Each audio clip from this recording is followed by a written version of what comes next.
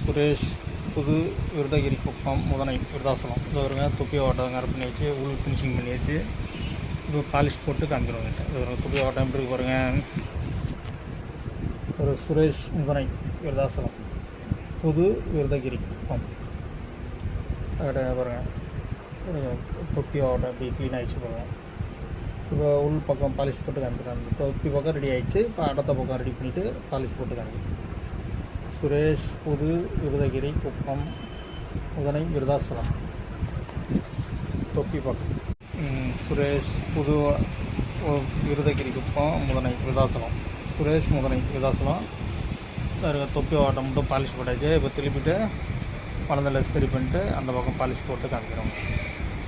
சுரேஷ் புது விருதகிரி குப்பம் முதனை விருதாசலம் தொப்பி ஓட்டம் பாருங்கள். தொப்பி ஓட்டம் ரெடி ஆகிடுச்சு.